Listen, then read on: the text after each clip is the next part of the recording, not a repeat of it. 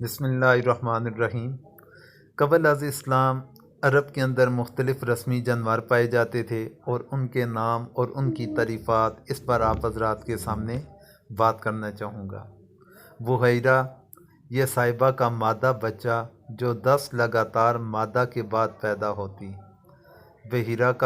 بحیرہ، یہ صاحبہ کا مادہ بچہ ہوتا جو 10 لگاتار مادہ کے بعد پیدا ہوتی۔ اس پر سواری نہ کیا کرتے تھے، اسے آزاد چھوڑ دیا جاتا تھا اور اس کا دودھ خود نہ پیا کرتے تھے، یہ صرف مہمان ہی پی سکتے تھے۔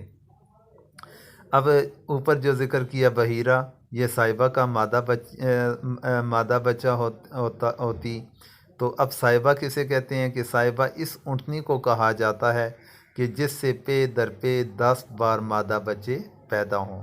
10 لگاتار پے در پے 10 مادہ بچے پیدا ہوں گے، وہ صاحبہ کہلائے گی، اور اس کا 10 بچوں کے بعد جو 11ویں بچی پیدا ہوگی یعنی مادہ پیدا ہوگی تو وہ بحیرہ کے نام کے ساتھ یاد کی جاتی تھی۔ اب صاحبہ اس کو بھی آزاد چھوڑ دیا جاتا تھا، اس کا دودھ بھی صرف مہمان ہی پی سکتے تھے، اس کا مالک یا کوئی اور بندہ اس کا دودھ استعمال نہیں کر سکتا تھا۔ وسیلہ، جس بکری سے پے در پے 2 مادہ بچے پیدا ہوں تو اسے وسیلہ کہا جاتا ہے، یعنی کہ بکری سے اگر پے در پے 2 مادہ بچے پیدا ہوں گے تو وہ وسیلہ ہوگی۔